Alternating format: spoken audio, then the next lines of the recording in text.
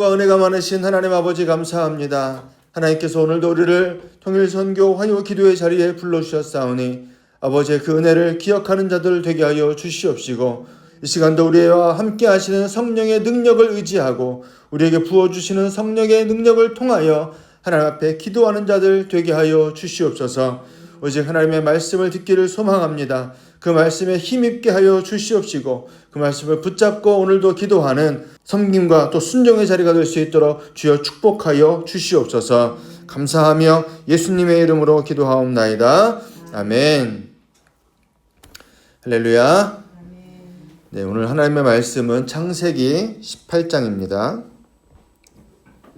창세기 18장 16절부터 33절까지 말씀입니다. 창세기 18장 16절부터 33절까지 말씀인데요. 우리 같이 한 목소리로 읽도록 하겠습니다. 시작. 그 사람들이 거기서 일어나서 소돔으로 향하고 아브라함은 그들을 전송하러 함께 나가니라. 여호와께서 이르시되 내가 하려는 것을 아브라함에게 숨기겠느냐? 아브라함은 강대한 나라가 되고 천하 만민은 그로 말미암아 복을 받게 될 것이 아니냐? 내가 그로 그 자식과 권속에게 명하여 여호와의 도를 지켜 의와 공도를 행하게 하려고 그를 택하였나니 이는 나 여호와가 아브라함에게 대하여 말한 일을 이루려 함이니라. 여호와께서 또 이르시되 소돔과 고모라에 대한 부르짖음이 크고 그 죄악이 심히 무거우니 내가 이제 내려가서 그 모든 행한 것이 과연 내게 들린 부르짖음과 같은지 그렇지 않은지 내가 보고 알려 하노라. 그 사람들이 거기서 떠나 소돔으로 향하여 가고 아브라함은 여호와 앞에 그대로 섰더니 아브라함이 가까이 나아가 이르되 주께서 의인을 악인과 함께 멸하려 하시나이까? 그 성 중에 의인 50명이 있을지라도 주께서 그곳을 멸하시고 그 50인을 위하여 용서하지 아니하시리이까? 주께서 이같이 하사 의인을 악인과 함께 죽이심은 부당하오며 의인과 악인을 같이 하심도 부당하니이다. 세상을 심판하시는 이가 정의를 행하실 것이 아니니까? 여호와께서 이르시되 내가 만일 소돔 성읍 가운데에서 의인 50명을 찾으면 그들을 위하여 온 지역을 용서하리라. 아브라함이 대답하여 이르되 나는 티끌이나 재와 같사오나 감히 주께 아뢰나이다. 50 의인 중에 5명이 부족하면 그 5명이 부족함으로 말미암아 온 성읍을 멸하시리이까? 이르시되 내가 거기서 45명을 찾으면 멸하지 아니하리라. 아브라함이 또 아뢰어 이르되 거기서 40명을 찾으시면 어찌하려 하시나이까? 이르시되 40명으로 말미암아 멸하지 아니하리라. 아브라함이 이르되 내 주여 노하지 마시옵고 말씀하게 하옵소서. 거기서 30명을 찾으시면 어찌하려 하시나이까? 이르시되 내가 거기서 30명을 찾으면 그리하지 아니하리라. 아브라함이 또 이르되 내가 감히 내 주께 아뢰나이다. 거기서 20명을 찾으시면 어찌하려 하시나이까? 이르시되 내가 20명으로 말미암아 그리하지 아니하리라. 아브라함이 또 이르되 주는 노하지 마옵소서. 내가 이번만 더 아뢰리이다. 거기서 10명을 찾으시면 어찌하려 하시나이까? 이르시되 내가 10명으로 말미암아 멸하지 아니하리라. 여호와께서 아브라함과 말씀을 마치시고 가시니 아브라함도 자기 곳으로 돌아갔더라. 아멘. 할렐루야. 네, 오늘 우리가 함께 읽은 본문의 말씀은 여러분들도 아주 잘 아시는 본문의 말씀입니다. 오늘 우리가 살고 있는 이 시대를 우리가 계속 기억해 볼 때 너무나도 많은 일들이 일어나고 있고 또 세상 곳곳에서는 지금 불의와 폭력 또 타락과 부패가 점점 심해져 가는 것들을 보게 됩니다.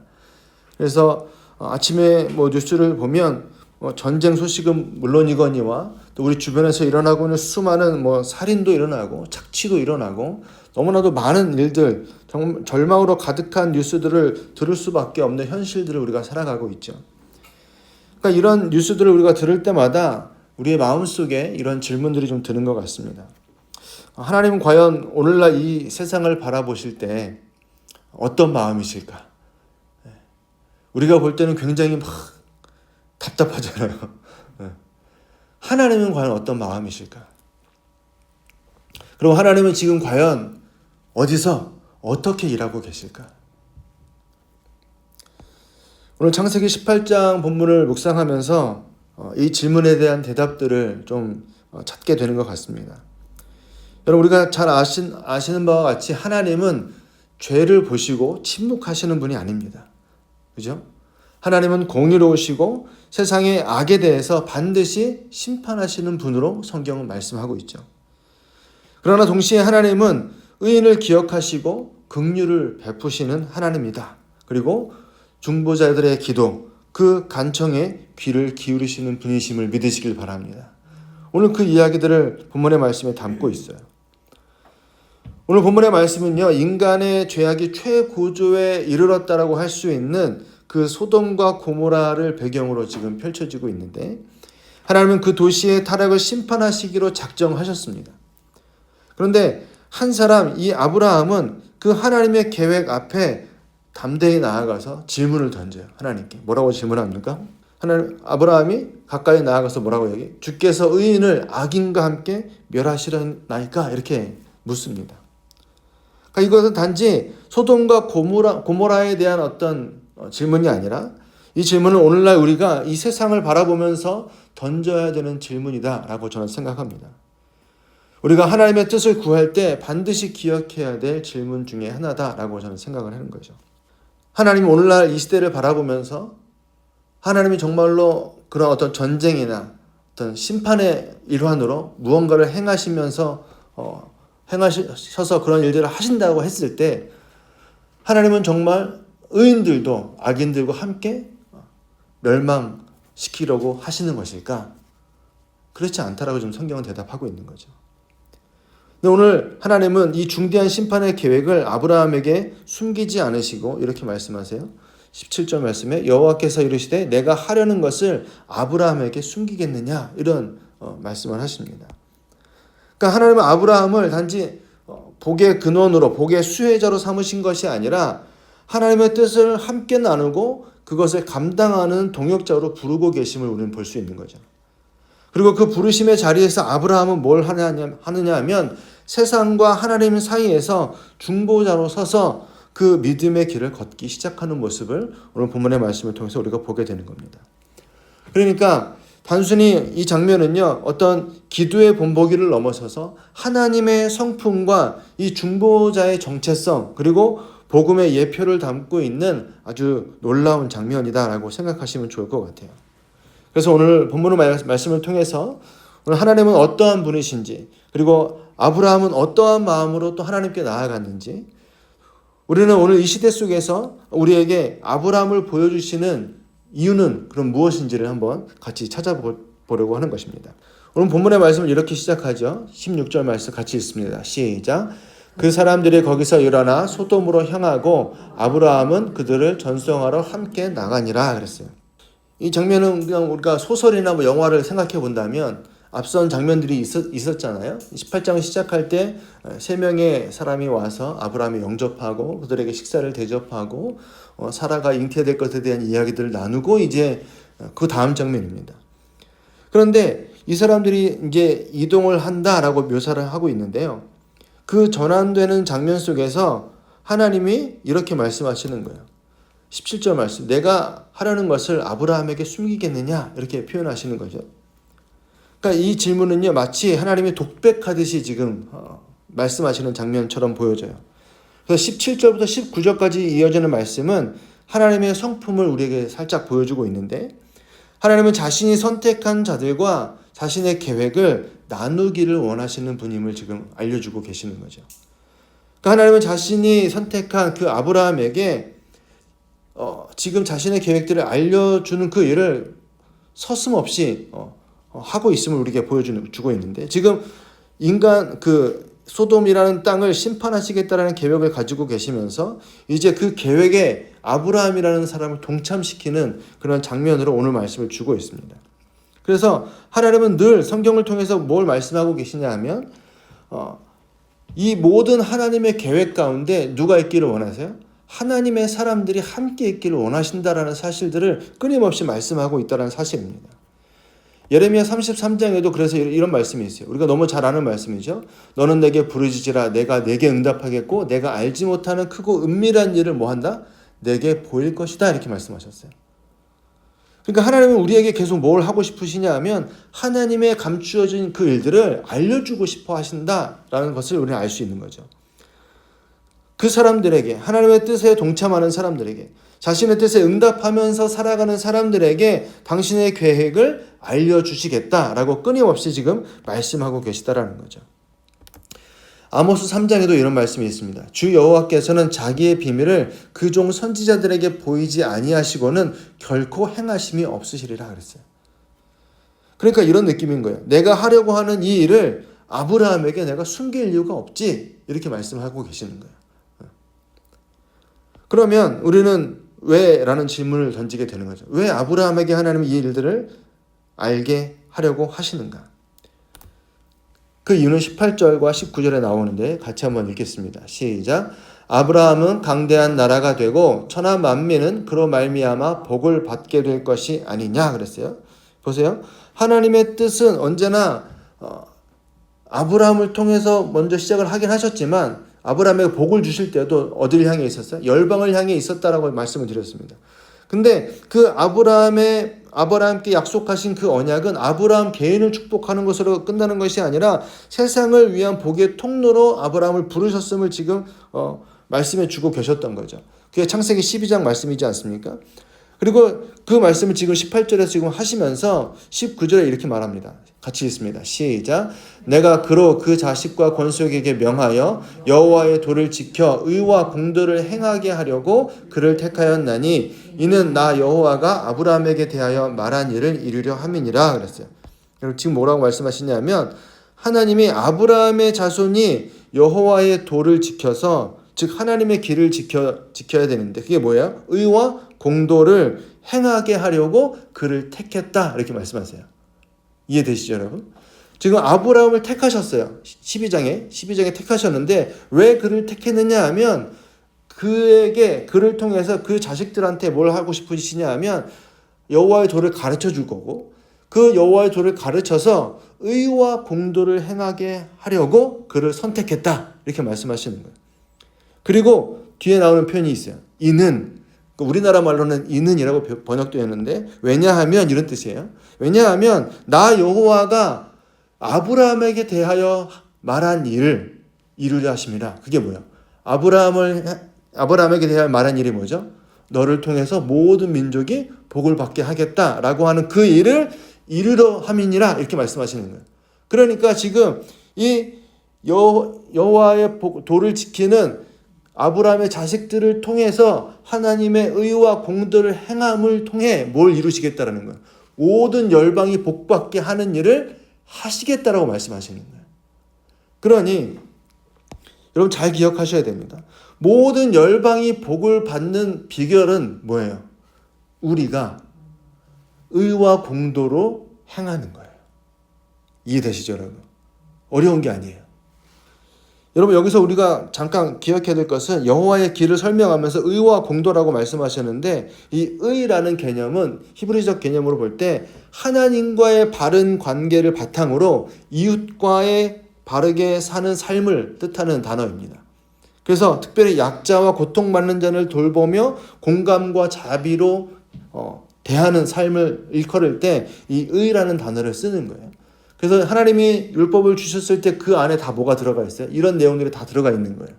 또 공도라고 하는 표현은 뭐냐 하면 이건 조금 더 조직적인, 제도적인, 구조적인 개념입니다. 그래서 공정한 질서를 세우고 불의한 구조를 개혁하고 정직과 책임으로 사회 전체를 바르게 이끌어가는 삶을 표현할 때는 공도라고 하는 거예요. 그러니까 하나님은 지금 아브라함의 후손들이 소돔과는 전혀 다른 삶을 살도록 부르셨다라고 이렇게 말씀하고 있는 거예요. 소돔이 왜 멸망당하느냐 이따 뒤에서도 한번 보겠지만 그들은 교만하고 무관심하고 가난한 자를 외면하고 자기 만족에 빠져 있었던 도시였어요. 그러나 아브라함의 부르심은요 개인적인 복을 넘어서서 하나님이 원하시는 지향점이 있었다라고 지금 말씀하시는 거예요. 목표가 있다라고 말씀하시는 거예요. 열방을 향한 그 하나님의 구속사적 계획과 연결되어 있다라고 말씀하시면서 그의 후손들이 의와 공도를 따라서 살아야 하며 그것을 통해서 하나님의 성품을 드러내는 공동체가 될 때 하나님의 복이 그들을 통해서 어디로? 열방으로 흘러가게 될 거야. 이렇게 말씀하고 계시는 거죠. 그 하나님의 언약, 창세기 12장에 아브라함에게 주셨던 그 하나님의 언약이 아브라함의 자손들을 통해서 어떻게 이루어져 갈 거냐를 지금 설명하시는 거죠. 아브라함의 자손들이 뭐 해야 돼요? 의와 공도를 행하는 것을 통해서. 바로 이것이 우리가 기억해야 될 놀라운 선교의 원리다라는 거예요. 하나님의 구속 계획은 단지 우리가 복음을 전하는 것으로 끝나는 게 아니에요. 이해되세요, 여러분? 우리가 예수 믿으세요라고 선포하는 것으로 끝나지 않는다라는 겁니다. 하나님의 백성이 어떻게 살아가는지를 통해서 세상이 하나님을 보게 되고 하나님의 나라를 맛보게 되는지를 믿으시길 바라요. 즉 하나님의 백성은 하나님의 그 공의의 기준으로 살아야 되고 그렇게 살아갈 때 하나님의 약속이 성취된다 이렇게 말씀하고 계시는 거예요. 그러니까 우리가 아까 우리 장로님하고 권사님 전도 얘기하셨는데 나가서 전하는 거 중요합니다. 아주 중요해요. 그죠? 우리가 포기할 수 없는 사역이야. 그럼에도 불구하고 우리는 뭘 또 한 가지 기억해야 됩니까? 하나님의 말씀대로 하나님의 뜻대로 의와 공도를 지켜서 행하는 삶을 사는 게 더 중요하다고 말씀하시는 거예요. 그리고 하나님이 이제 본격적으로 소돔과 고모라를 심판하시는 이유에 대해서 지금 말씀하시는데요. 이어지는 말씀입니다. 20절부터 21절 말씀 우리 같이 한번 읽겠습니다. 시작. 여호와께서 또 이르시되 소돔과 고모라에 대한 부르짖음이 크고 그 죄악이 심히 무거우니 내가 이제 내려가서 그 모든 행한 것이 과연 내게 들린 부르짖음과 같은지 그렇지 않은지 내가 보고 알려 하노라 그랬어요. 여러분 이 표현은요. 하나님의 의인의 그 부르짖음과 악인의 죄악을 공의롭게 살피시고 판단하신다라는 사실을 지금 우리에게 설명해 주고 있는데, 그러니까 하나님의 성품을 이제 설명할 때 어떻게 표현하고 있는 거냐면, 하나님은 감정적으로 판단하시거나 단순히 어떤 소문에 따라서 움직이시는 분이 아니다라는 것을 지금 설명하는 거예요. 그러니까 지금 그분이 뭐예요? 친히 내려가서 보겠다 이렇게 말씀하셨어요. 그죠? 그래서 뭘 보시는 거예요? 나한테 들린 그 부르짖음과 현실이 똑같은지 아닌지를 내가 보겠다 이렇게 말씀하셨어요. 우리는 소문에 되게 약하잖아요. 그죠? 누가 뭐라 그러면 정말 그런 것 같고, 누가 이쪽에서 되게 논리적으로 말하면 그런 것 같고, 또 이쪽 얘기 들으면 또 이쪽 얘기도 그런 것 같고, 막 이렇게 왔다 갔다 하는데, 하나님은 그래서 그 들리는 것, 그 부르짖음만으로 판단하지 않으시고 부르짖음을 들었어요. 하나님이 그 부르짖음을 들었는데 그것을 내가 직접 내려가서 보고 정말로 그 부르짖음이 그러한지 아닌지를 보고 판단하겠다 이렇게 말씀하셨다라는 거죠. 그러니까 하나님이 얼마나 공의로우시고 정의로우신 분인가를 지금 설명해 주고 있는 거예요. 이와 비슷한 장면이 창세기 11장 바벨탑 사건 때도 나타나는데 11장 5절에 이렇게 말씀합니다. 여호와께서 사람들이 건설하는 그 성읍과 탑을 보려고 뭐 했어요? 내려오셨더라 그랬어요. 하나님이 직접 오셔서 얘네가 뭔 짓거리를 하는지를 보겠다고 오셨다라는 거예요. 그러니까 하나님은 높아지려는 그 인간의 교만을 꺾으시기 위해서 친히 내려오셔서 실상을 보시는 분이다라는 거죠. 보고 판단하시는 분이다라고 말씀하고 있어요. 여러분 하나님의 공의는 바로 그러한 거예요. 근데 우리는 누구 말만 듣고 판단할 때가 너무나 많죠. 그건 공의가 아닌 거죠. 그건 정의가 아닌 거죠. 그리고 오늘 본문의 말씀을 또 주목하고 싶은 단어가 있는데 부르짖음이 크다 이렇게 표현했어요. 여호와께서 또 이르시되 소돔과 고모라에 대한 부르짖음이 크고 그랬는데, 여러분 그동안의 신앙생활의 어떤 지식을 통해서 소돔과 고모라 하면 떠오르는 죄악이 뭐가 있습니까? 가장 대표적인 게 동성연, 성적인 죄악들 뭐 이런 것들이 떠오르잖아요.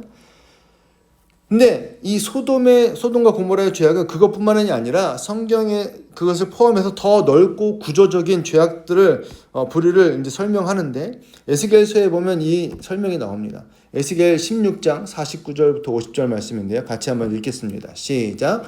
내 아우 소돔의 죄악은 이러하니 그와 그의 딸들에게 교만함과 음식물의 풍족함과 태평함이 있음이며 또 그가 가난하고 궁핍한 자를 도와주지 아니하며 거만하여 가증한 일을 내 앞에서 행하였음이라. 그러므로 내가 보고 곧 그들을 없이 하였느니라. 이렇게 설명해요. 그러니까 그들이 단순히 어떤 성적인 죄악을 저지른 것뿐만 아니라 사회 전체가 지금 어떤 상태에 있었다라는 거예요. 구조적으로 자기들은 잘 먹고 잘 살아요. 근데 뭐가 가난한 자들, 궁핍한 자들은 도와주지 않아요. 자기 만족을 위해서만 살아야 한다는 거죠. 또 거만해서 가증한 일들을 하나님 앞에서 그냥 서슴없이 행하는 그러한 사람들이었다. 이렇게 표현하고 있습니다. 여러분, 이 표현을 보시면 옛날에 있었던 그 땅의 이야기 같습니까? 오늘날 우리가 사는 땅의 이야기 같습니까? 별반 다르지 않아요. 잘 사는 사람들은 더 잘 살겠다고 난리고, 가난한 사람들은 가난한 사람 죽어가는데 쳐다도 안 보고 그러고 있지 않습니까? 그러니까 기술과 자본의 풍요 속에서 약자는 계속 소외되고 불의한 구조는 구조화가 되고, 그 사람들은 그 고통 소리에 우리는 무감각해져 가고 있어요. 그런데 오늘 성경은 뭐라고 표현하고 있냐면 그 부르짖음이 컸다 이렇게 표현하고 있다는 거죠.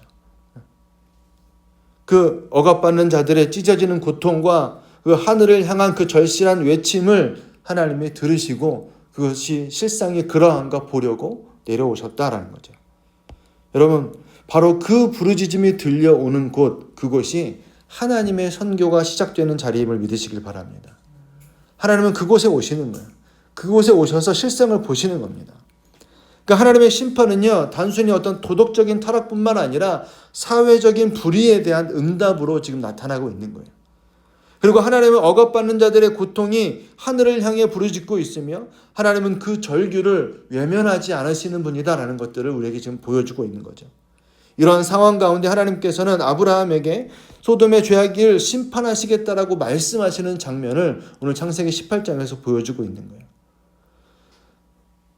단지 한 도시의 심판을 예고하시는 것이 아니라 이것은 그 너머에 있는 하나님의 또 다른 계획을 아브라함과 함께 하길 원하신다는 것들을 우리가 볼 수 있는 거예요. 이어지는 내용을 보면 새로운 전환점으로 들어가는데 22절 말씀에 이렇게 말씀해요. 그 사람들이 거기서 떠나 소돔으로 향하여 가고 아브라함은 여호와 앞에 그대로 섰더니 그랬어요. 여기서 우리가 장면을 좀 잠시 들여다보면 이런 장면인 거죠. 창세기 18장을 시작할 때 세 명의 손님이 등장합니다. 그러니까 전통적으로 우리가 해석할 때 여호와 한 분과 천사 두 명이라고 이제 표현을 해요. 이해가 되는데, 그러니까 마므레 상수리 나무 근처에서 아브라함에게 나타나셨다 이렇게 표현하고 곧이어 아브라함이 이 세 사람을 맞이하는 장면이 등장합니다. 그리고 이제 18장 안에서 대화를 쭉 읽어가 보면 그 대화를 하는 그 사람들이 복수형으로 쓰이기도 하다가 단수형으로 바뀌는 내용들이 나옵니다. 예를 들면 5절에 보면 18장 5절에 보면 그들이 이르되 내 말대로 그리하라 그랬어요. 아브라함이 좀 대접할 테니까 머물러 주세요 이렇게 말하니까 그들이 이르되 내 말대로 그리하라 그랬어요. 또 9절에 가서도 그들이 아브라함에게 이르되 내 아내 사라가 어디 있느냐 이렇게 묻는 장면이 나와요. 다 뭐예요? 그들이 복수형으로 쓰였어요. 근데 10절과 13절 이런 데를 보면 그가 이르시되 이렇게 표현해요. 단수로. 그가 이르시되 내년 이맘때에 내가 반드시 너한테 돌아올 건데 그때 내 아내가 아이를 뵐 것이다. 이렇게 표현합니다. 그래서 또 13절에 가서는 그 사라의 웃음을 캐치하신 분이 누구냐 하면 여호와다라고 분명하게 언급을 하는 장면들이 나와요. 그러니까 이 세 사람 가운데 하나님께서 친히 임재하여 계셨음을 우리는 확인할 수 있는 거죠. 그러니까 우리가 이 본문을 해석할 때 여호와 하나님이 계셨고 두 명의 천사들이 함께 했음을 볼 수 있는 겁니다. 그리고 오늘 장면에서 보면 두 사람이 먼저 뭐예요? 일어나서 그 사람들이 거기서 떠나 소돔으로 향하여 갔다 이렇게 하고 지금 누가 남아있어요? 여호와는 그대로 계시고 거기에 옆에 누가 있는 겁니까? 아브라함이 서 있는 거예요. 그럼 두 사람이 떠나고 어떻게 합니까? 그들이라고 했는데 세 명이 다 떠난 거 아닙니까? 이렇게 말할 수 있잖아요. 그 증거는 19장 1절에 나옵니다. 19장 1절에 보면 이렇게 표현해요. 저녁 때에 그 두 천사가 소돔에 이르니 그랬어요. 그러니까 여호와께서는 아브라함과 함께 계시고 두 명은 먼저 떠나서 소돔 땅에 이른 거죠. 근데 그 둘을 누가 맞이합니까? 룻이 맞이하는 거예요. 이해되셨죠, 여러분? 자, 그러니까 오늘 18장에 등장한 이 세 손님은 하나님과 두 천사로 보는 것이 타당하다라는 것들을 기억하시고 오늘 맥락을 다시 살펴보면 앞에 17절부터 19절 말씀은 하나님이 독백하시면서 지금 마음의 결정을 하셨어요. 내가 아브라함한테 이걸 숨길 이유가 있나? 이렇게 결정하셨어요. 왜? 내가 아브라함을 불러서 복을 주기로 결정했고 아브라함의 자손들을 통해서 하나님의 공도를 지켜 행함으로 내 이 계획을 실행할 건데 이 소돔과 고모라를 멸망하는 이 샘플과 같은 일을 행하면서 아브라함에게 숨길 이유가 없겠다라고 결정을 하시는 거예요. 그리고 이제 20절과 21절에서 아브라함에게 말씀하시는 것으로 우리는 해석할 수 있습니다. 아브라함에게 이 땅을 왜 멸망시키는지를 말씀하시는 거예요. 그러니까 하나님이 아브라함을 자신의 대화 상대로 인정하시고 세우신 다음에 실제로 소돔에 대한 계획을 알려주셨다라고 여러분들 보시면 좋을 것 같아요. 그러니까 아브라함을 단순히 하나님과 그 언약 관계 안에서 언약의 수혜자로만 놔두신 게 아니라 당신의 마음과 계획을 나누는 자리로 지금 불러들이고 계시는 거죠. 내가 하려는 것을 아브라함에게 숨기겠느냐? 그렇지 않아도 된다라는 거죠. 그러니까 하나님의 이 구속사적 비밀을 감추지 않고 공유하려고 하시는 의지를 계속 보여주고 계신다라는 거예요. 그래서 아브라함이 하나님의 벗으로 하나님의 동역자로 인정받으면서 하나님과의 친밀한 관계 가운데 지금 들어와 있음을 우리에게 보여주고 있는 겁니다. 여러분 이게 왜 중요하느냐 하면 시편 25편을 보면 이런 말씀이 있어요. 여호와의 친밀하심이 그를 경외하는 자들에게 있으며 그의 언약을 그들에게 보이시리라 그렇게 했습니다. 그러니까 하나님은 하나님을 경외하는 자들에게 뭐 하시냐 하면 하나님의 언약을 보이신다 이렇게 말씀해요. 오늘날 저와 여러분들이 그 언약 안에 있는 줄로 믿습니다. 그렇다면 우리는 하나님을 경외하고 그 언약 안에 있는 자들이면 하나님이 뭐 하셔야 돼요? 우리에게도 하나님의 계획들을 알려주시는 그런 일들이 있어야 되는 거죠. 하나님의 비밀을 아는 자들이 되어야 된다는 거예요. 그 하나님의 비밀이 뭡니까? 복음인 거죠. 하나님은 당신의 계획을 아무한테나 드러내시는 게 아니라 언약에 충실하며 하나님을 경외하는 자들에게 밝혀주신다라고 말씀하셨어요. 따라서 아브라함이 지금 하나님의 그 마음을 듣고 그 뜻을 이해하고 이제 그 하나님의 계획을 들은 다음에 그래서 아브라함이 뭐 하냐 하면 여호와 앞에 나아가서 기도하기 시작하는 거예요. 그 장면이 23절부터 쭉 이어지는 겁니다. 이해되세요, 여러분? 하나님이 아브라함에게 이 소돔과 고모라의 심각한 죄악을 말씀하시고 심판의 원칙들을 드러내시면서 지금 말씀하시는 것을 듣고 아브라함이 하나님께 가까이 나아갑니다. 그러니까 뭐랄까요? 이 성경의 지문을 통해서 볼 때 분명히 지금 하나님과 아브라함이 같이 있었어요. 그렇죠? 두 명은 떠나가고 하나님과 아브라함이 같이 있었는데 아브라함이 지금 뭐예요? 가까이 더 나아갑니다. 하나님께.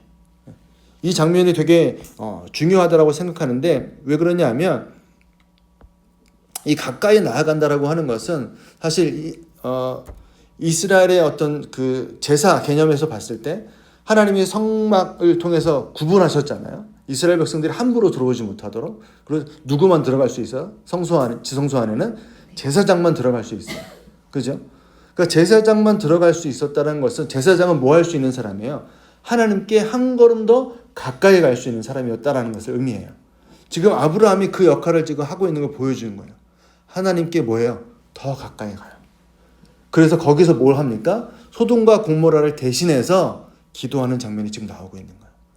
그 성막에서 하는 그 제사장의 역할을 지금 누가 하고 있는 거예요? 아브라함이 하고 있는 거예요. 성막에서 제사장이 했던 일이 뭡니까? 이스라엘 백성들이 죄를 고백하면 그것을 가지고 뭐 하는 거예요? 하나님께 가까이 나아가서 그 죄를 고백하는 일들을 했던 거죠. 대신 기도하는. 그죠? 그러니까 제사장이 또는 왕이 하나님 앞에서 그러한 중보의 역할을 수행할 때 이 표현이 나오는 거예요. 제사장이 성막으로 가까이 나아가는 그 장면과 구조적으로 너무나도 일치한 모습을 보여주고 있습니다. 그래서 아브라함은 지금 단지 기도하는 것이 아니라 그 하나님의 언약 안에서 백성을 위한 중보자로 지금 서 있음을 오늘 본문의 말씀이 보여주고 있는 거예요. 여러분 이것이 하나님의 백성이 서야 될 자리인 줄을 믿으시길 바랍니다. 여러분 우리가 예수 믿고 복 받는 것에서 끝나는 것이 아니라 그 복을 통해서 다른 사람들을 위한 간구 또 다른 사람들을 위한 그 중보의 자리로 나아가야 됨을 지금 말씀해 주고 있는 거예요. 여러분, 하나님의 심판 계획을 들은 사람은 침묵할 수 없음을 지금 아브라함이 보여줍니다. 하나님의 그 심판 계획을 듣고 지금 아브라함이 뭐야? 하나님께 가까이 나아가서 간구하기 시작해요. 그는 세상을 향한 그 하나님의 자비와 긍휼하심에 대해서 기도하기 시작합니다. 23절부터 이어지는 말씀을 보면 이렇게 말씀해요. 우리 같이 한번 읽겠습니다. 시작. 아브라함이 가까이 나아가 이르되 주께서 의인을 악인과 함께 멸하려 하시나이까? 그 성중에 의인 50명이 있을지라도 주께서 그곳을 멸하시고 그 50인을 위하여 용서하지 아니하시리이까? 주께서 이같이 하사 의인을 악인과 함께 죽이심은 부당하오며 의인과 악인을 같이 하심도 부당하니이다. 세상을 심판하시는 이가 정의를 행하실 것이 아니니까. 그랬어요. 여러분, 아브라함이 지금 하나님의 공의로우심, 그 하나님의 공의로우신 성품에 간청하고 있습니다. 무슨 말이냐 하면 하나님은 공의로우심을 잃어버리지 않으시는 분이잖아요. 옳고 그름을 정확하게 판단하시는데 그 공의가 어떻게 실현돼야 되겠습니까? 라고 되물으면서 하나님의 그 공의로우심에 호소하고 있는 거죠. 그러니까 성경에 여러 중보기도의 내용들이 나오지만 이 아브라함이 하고 있는 이 기도는 특별히 단순한 어떤 간청이 아니라 하나님의 그 성품과 언약에 근거한 기도다라고 볼 수 있습니다. 그러니까 하나님을 설득하려는 게 아니에요, 지금. 하나님을 설득하려는 게 아니라 하나님과의 그 관계 속에서 그분의 뜻을 깊이 이해하려고자 하는 그러한 어떤 질문들이다라는 거죠. 그러니까 계속 뭘 얘기합니까? 하나님, 의인이 있을 건데 50명이면 40명이면 계속 줄여가면서 계속 반복해서 물어요. 근데 하나님 뭐라고 계속 대답하십니까? 50명이어도 45명이어도 40명이어도 30명, 20명, 10명만 있어도 내가 거기를 심판하지 않겠다, 용서하겠다 이렇게 계속 말씀하세요. 그러니까 하나님의 마음은 뭐가 있는 거예요, 지금? 심판하시겠다라고 말씀하셨지만 너의 그 기도를 통해서 내가 정말로 의인이 있다라고 하면 심판을 하지 않을 수도 있다라는 의견을 계속 말씀해 주고 계시는 거죠. 그 하나님의 긍휼하심에 아브라함이 호소하고 있는 거예요. 여러분, 우리가 기억해야 될 것은 바로 그겁니다. 하나님은 이러한 마음을 늘 갖고 계세요. 하나님이 우리에게 어떤 심판을 명하실 때 항상 뭐가 따라옵니까? 하나님의 긍휼하심이 따라와요. 그래서 예레미야 5장에도 보면 이렇게 말씀합니다. 너희는 예루살렘 거리로 빨리 다니며 그 넓은 거리에서 찾아보고 알라. 너희가 만일 정의를 행하며 진리를 구하는 자를 한 사람이라도 찾으면 내가 이 성읍을 용서하리라 그랬어요. 이런 말씀들은 성경 곳곳에 계속 나옵니다. 그러니까 하나님은 심판을 결정하셔서 말씀해 주시기도 하지만 항상 뭘 말씀하세요? 긍휼을 베푸실 준비도 되어 있음을 우리에게 알려주시는 거죠. 그 중간에 뭐 하는 사람이 필요한 거예요? 그 의인을 찾으러 다니는 한 사람이 필요하다고 지금 말씀하시는 거예요. 그 의인 한 사람이 있었으면 좋겠다라고 늘 말씀하시는 거예요. 하나님의 말씀에 순종하고 하나님의 의의를 드러낼 그 한 사람이 있었으면 좋겠다라고 말씀하시는 거예요. 아까 우리가 앞에서 살펴봤던 아브라함의 후손들을 택하신 이유가 뭐라고요? 하나님의 공의를 드러내기 위해서 그들을 택하셨다라고 그래서 말씀하시는 거예요. 그 사람들, 그러한 사람들만 있어도 뭐가 안 되는 거예요, 지금. 소돔과 고모라는 멸망하지 않을 수 있는 거예요. 근데 그러한 사람들이 없으니까 멸망할 수밖에 없는 길로 가는 겁니다. 지금 아브라함이 하는 이 이야기들이 마치 협상하는 것처럼 보이지만 실제로는 하나님의 긍휼하심을 향한 아브라함의 깊은 갈망을 지금 표현하고 있다라고 보시면 좋겠습니다. 그러니까 아브라함은 단지 자신의 롯을 위한 기도일 뿐만이 아니라 그 성 전체, 그 악한 도시 전체에 대한 하나님의 그 긍휼하신 마음을 열어주십시오라고 좀 계속 간구하고 있는 거죠.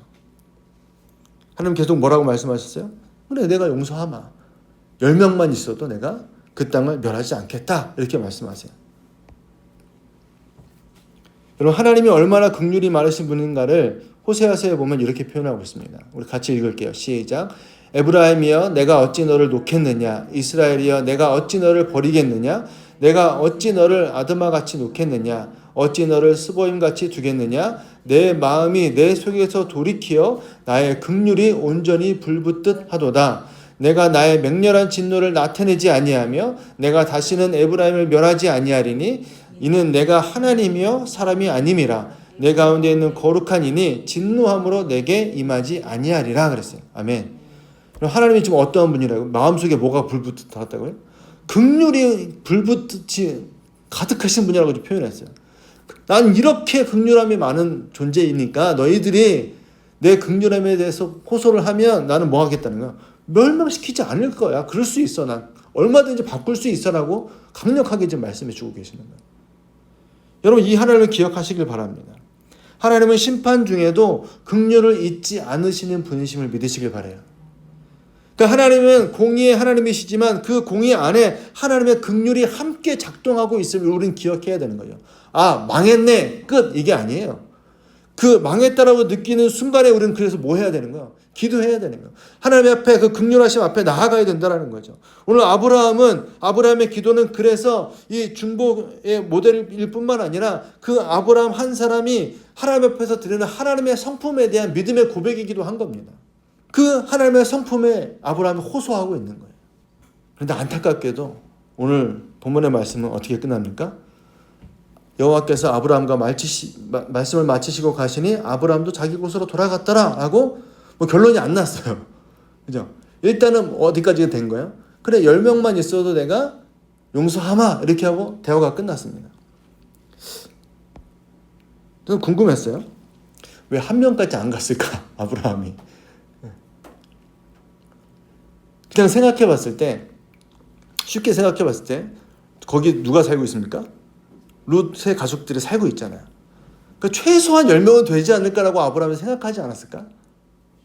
왜 그동안 아브라함하고 룻이 아브라함을 따라다니면서 같이 다니면서 봤잖아요. 하나님이 어떤 분이신지를 그도 봤잖아요.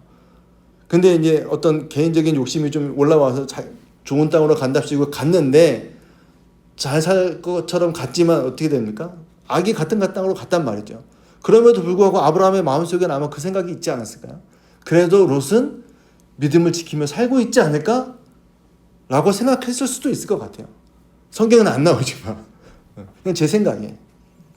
그래서 10명 정도는 그래 롯의 가족 중에 10명 정도는 있지 않을까? 그래서 10명에서 멈추지 않았을까라고 저는 생각해 봅니다. 근데 안타까운 건 뭐예요? 결국에 하나님의 심판을 피하지 못하고 소돔과 고모라는 멸망을 하고 맙니다. 여러분 지금 18장에서 아브라함의 기도가 등장하고 19장에 가면 소돔과 고모라가 멸망했어요. 여러분 어떤 생각이 드십니까? 도대체 그 땅에는 왜 10명도 없는가? 그럼 오늘날 우리는요? 이 땅에 10명이 있을까요? 왜 아멘을 못하세요? 여기 10명이나 있는데 이 땅에는 과연 10명이 있을까요? 그럼 18장에 아브라함이 기도했어요 하나님께. 근데 결국 결론은 뭐가 됐습니까? 멸망했어요. 그러면 아브라함의 기도는 실패한 걸까요? 아닌가요? 아브라함의 기도는 뭐예요 그러면? 그냥 장난하는 거야 하나님하고? 우리가 냉정하게 이 질문을 좀 해봤으면 좋겠습니다. 이것은요 인간의 한계를 우리에게 보여주시는 거예요 하나님이. 우리가 기도해야 되는 건 맞아요. 하지만 그 한계는 반드시 있다라고 좀 말씀하시는 건데 무슨 얘기냐면 그 한계를 드러내심을 통해서 성경 전체를 통해서 하나님의 말씀하고 계시는 한 분을 지금 바라보게 하는 겁니다. 그게 누굴까요? 예수 그리스도. 완전하신 의인 그분 한 분으로 온 세상의 구원의 길을 열기 위한 하나님의 큰 그림 속에 오늘 이 내용들이 들어가 있는 거예요. 의인 한 명만 있어도 하나님이 뭐 하신다라고요? 멸하지 않으시겠다라고 말씀하셨어요. 근데 아브라함의 케이스를 지금 보여주시면서 의인 몇 명이 없었어요? 10명이 없어서 거기는 망했다라는 걸 보여주고 계시는 거죠. 근데 예수 그리스도라는 그 한 분을 통해서 하나님 뭐 하시겠다라는 거야? 이 세상을 구원하시겠다라고 말씀하고 계시는 거예요. 그래서 로마서에는 이런 말씀이 있는 거죠. 한 사람이 순종하지 아니함으로 많은 사람이 죄 있는 것 같이 한 사람의 순종하심으로 많은 사람이 의인이 되리라. 그 한 사람을 바라보게 하는 오늘 아브라함의 모습은 그 한 사람을 바라보게 하는 그림자와 같은 역할을 지금 하고 있는 거예요. 그리고 아브라함의 기도는요, 실패한 게 아닙니다. 그의 기도는 예수님의 중보를 향한 예표라고 보시면 좋겠습니다. 예수님은 단지 기도로만이 아니라 자신을 어떻게 하셨어요? 산 제물로 드리심으로, 내어주심으로 그 중보의 역할을 완성하신 분이 예수 그리스도이시다라는 거예요. 그것을 통해서 하나님의 구원이 우리에게 주어졌다는 것을 우리는 성경을 통해서 확인하고 있습니다. 그러니까 오늘 본문은요, 우리에게 이 중보기도의 본질과 하나님의 성품의 깊이를 보여준다라고 보시면 좋겠습니다. 중보는 그래서 하나님의 공의와 그 긍휼하심 사이에서 드리는 기도다라고 여러분들 기억하셔야 돼요. 하나님 분명히 심판하실 거예요. 그런데 하나님 그 중간에 누굴 놓기를 원하세요? 하나님의 뜻을 아는 사람, 하나님의 계획을 들어줄 사람, 하나님의 마음을 이해하고 하나님의 그 불붙듯한 긍휼하심을 깨닫고 그 사이에 서서 기도할 사람을 찾고 계시다라는 거죠. 그래서 그에게 하나님의 뜻을 알려주시고 그 기도를 하기를 원하신다라는 거예요. 그것을 통해서 뭐 하시려고? 긍휼을 베풀어 주시려고. 그러니까 하나님은 멸망보다 구원하심을, 심판보다 회복을 더 원하시는 분이심을 믿으시길 바랍니다. 그럼에도 불구하고 인간의 중보에는 한계가 있으며 그 한계를 넘어서는 유일한 길은 예수 그리스도의 그 완전하신 순종과 희생뿐임을 믿으시길 바랍니다. 따라서 이 아브라함의 기도는 실패가 아니라 그리스도의 중보로 이어지는 복음의 그림자라는 사실을 반드시 기억하시길 바라요.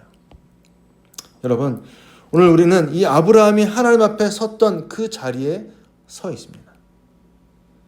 한 도시의 멸망 앞에서 한 사람 아브라함은 물러서지 않았어요. 하나님 앞에 더 가까이 나아가서 하나님의 긍휼하심을 붙들고 기도했습니다. 비록 소돔의 멸망을 막을 수는 없었지만 하나님은 아브라함을 기억하셨어요. 그 증거가 19장에 나옵니다. 우리 같이 한번 읽겠습니다. 시작. 하나님이 그 지역의 성을 멸하실 때, 곧 롯이 거주하는 성을 엎으실 때에 하나님이 아브라함을 기억하사 롯을 그 엎으시는 중에서 내보내셨더라 그랬어요. 놀랍지 않습니까? 하나님이 심판하시겠다고 선언하시고, 그죠? 하나님의 계획을 알려주시고 아브라함은 기도했어요.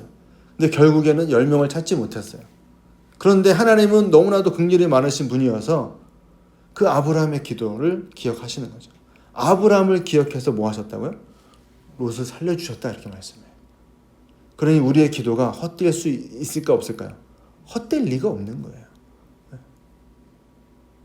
여러분, 오늘 이 시대 속에서도 하나님은 여전히 그 틈에 설 한 사람을 찾고 계심을 믿으시길 바랍니다. 우리는 유일한 중보자 되시는 그 예수 그리스도 안에서 아브라함처럼 중보적 기도의 자리로 부름받았음을 믿으시길 바랍니다. 무너져가는 가정을 위해서, 자녀를 위해서, 정의를 잃어가는 이 사회와 민족을 위해서, 그리고 저 북녘 땅과 열방을 위해서 기도해야 될 사명이 저와 여러분들에게 있음을 믿으시길 바랍니다. 여러분 기억하셨으면 좋겠어요. 구원의 시작은 전적으로 하나님의 은혜입니다. 그리고 하나님은 그 은혜를 중보적 기도라고 하는 그 수단을 통해서 드러내길 원하시고, 그러므로 오늘 우리의 기도는 헛되지 않은 줄을 믿으시길 바라요. 오늘 통일선교 화요 기도의 자리가 바로 그러한 중보의 자리인 줄로 믿습니다. 예수 그리스도께서 지금도 보좌 우편에서 우리를 위해서 간구하고 계시기 때문에 우리도 세상을 위해서 기도해야 되는 거죠. 그 그리스도의 중보에 참여하는 교회와 성도가 되어갈 때 우리는 이 세상 속에서 하나님의 공의와 긍휼을 드러내는 축복의 통로가 될 줄을 믿으시길 바랍니다. 오늘 이러한 믿음 가지고 뜨겁게 기도하는 저와 여러분들 되시기를 주님의 이름으로 축원합니다. 아멘.